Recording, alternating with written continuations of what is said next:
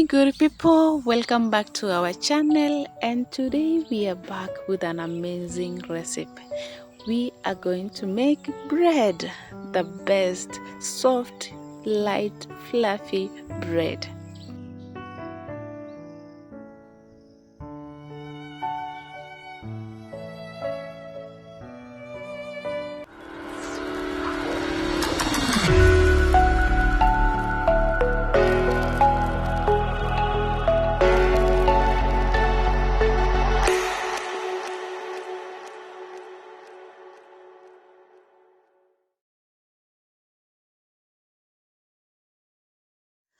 We are going to begin by proofing our yeast, and to do that we need a bowl, 1 glass of warm water, a sweetener of your choice. I'm using honey, and I'm going to just mix that roughly.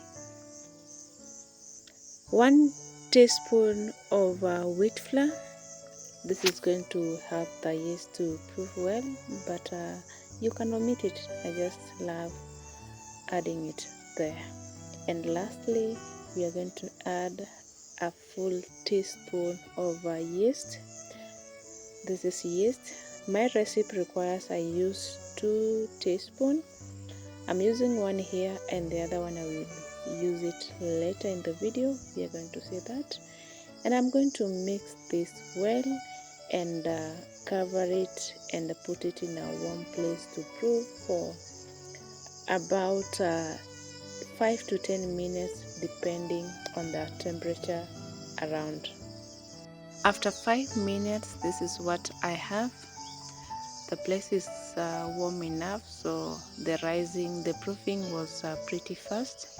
I'm going to add 3 spoons of cooking oil and mix that well and set aside.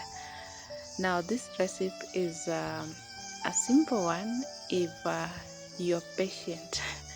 Yeah, bread making require a lot of patience. In another basin or a bowl, add 5 cups of wheat flour. I'm using all wheat flour. I used a measuring cup, so 5 cups should give you the exact of what I'm using here. And I'm adding salt, and I will make sure that I mix that very well to make sure that the salt and the flour are well mixed.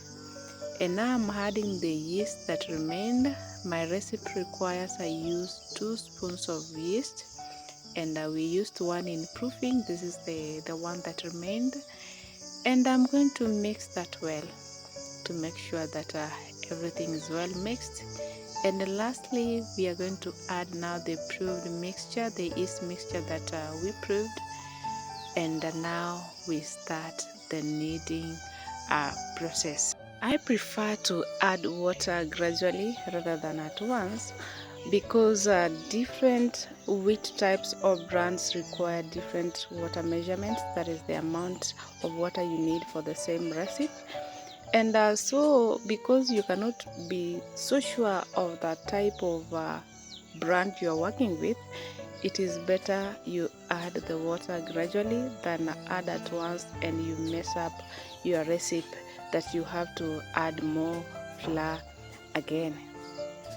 One thing you have also to note while making bread is that different brands of wheat have different amounts of protein, and the higher the protein, the higher the gluten, and the lower the protein, the lower the amount of gluten.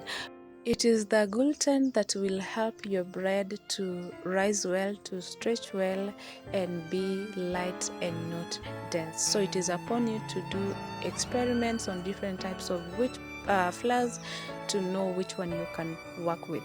If your flour has a less amount of gluten, let's say like 9-10 grams, you really need to give your dough more time for the gluten to stretch and strengthen before you can bake your bread. My dough seems to be very sticky and very soft at this point, but I'm not going to add any more excess flour. I will continue kneading it until gluten starts to form. As it develops, it is going to absorb the excess moisture and water from the dough.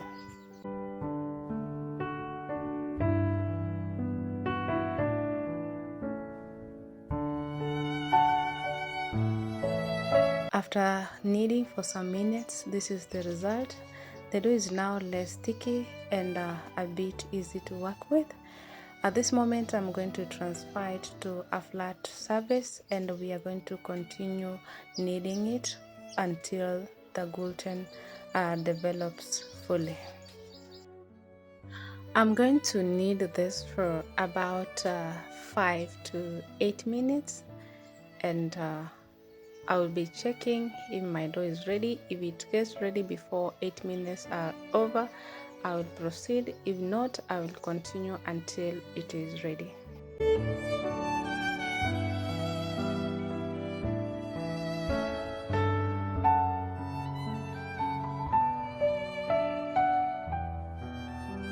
You also need to note that kneading process, it is a process you cannot skip when making bread. That is, if you want a soft, fluffy and light bread, this is a process you cannot skip. It is very important, and take your time, be patient and try to work out your dough well.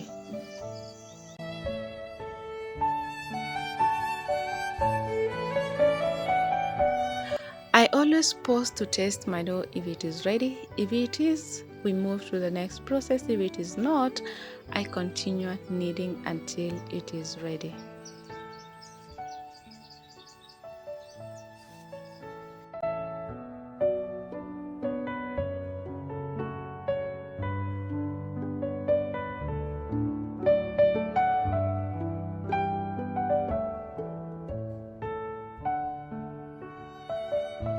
After kneading my dough for about 5 minutes, it is ready, and I always test my dough if it is ready by dipping my hands in cold water and trying to stretch the dough from one side.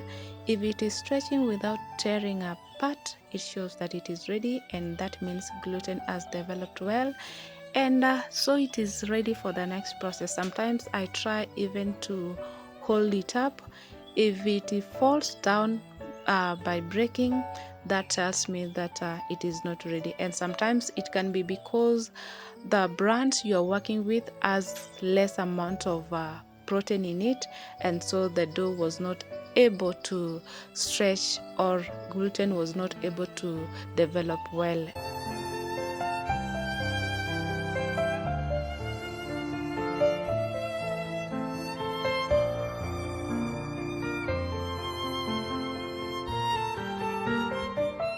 Our dough is ready, and at this point I'm going to oil my bowl for the next process. And what I'm going to do here is now place my dough inside and cover with a clean film and a kitchen towel.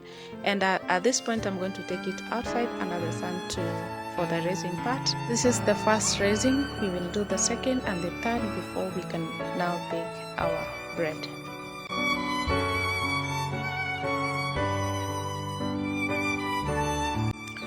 After 15 minutes, our dough has raised so well. Here it took pretty fast, but if you are in a cold place, it is going to take more, even to 30 minutes. So make sure you put your dough in a warm place. I put mine under the sun so it rises really fast. And so we are going to knead this for about 3 minutes, and then we will take it out once again for the second time to rise.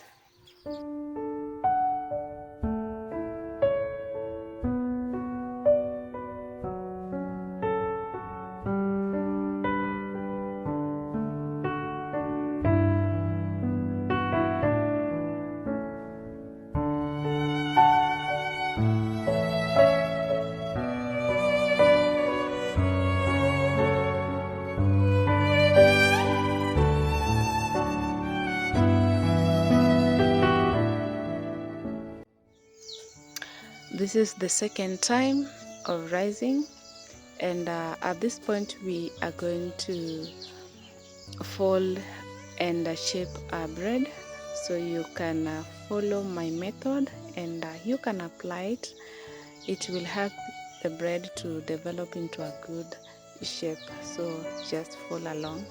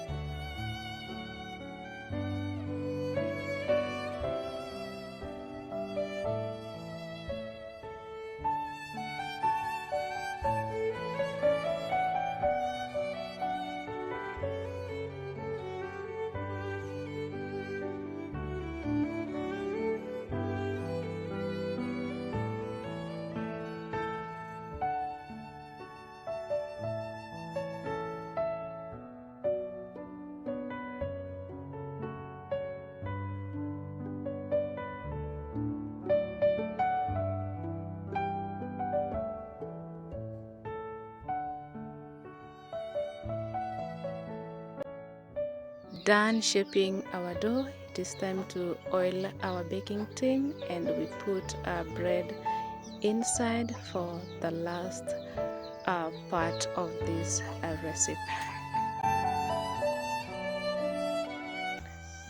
So I'm going to brush a mixture of water and oil to give our bread a crispy look and yet a softer one. And this will also help the bread to easily come out of the tin without much struggle. I always do this. And time to let our bread to raise for the third time, and this is the result. Our bread is ready to go to the oven for about 30 minutes. I use a charcoal oven, so I'm not sure of the temperatures of the electric oven. Done baking. This is our bread, 800 grams of bread, so huge. We baked this for the Sabbath. This was on Wednesday. We usually bake our breads on Wednesday, and then we rebake on Friday, and they are to be served on Saturday, that is on Sabbath. The reason is that to make sure that yeast is destroyed completely, and the bread we are taking is healthy and a good one. What I'm going to do at this point is cover the bread and let it cool completely. At this time it is still kind of hot, and slicing it will not give the best result, so we let it cool, the excess moisture to escape, and then we can slice through and see what we have. So let it be covered, stay for some time overnight. In the morning, our bread has cooled completely, and we have a more soft and light bread. So good and so amazing. We thank God for this. And so a moment of slicing to see what we have, and let's wait.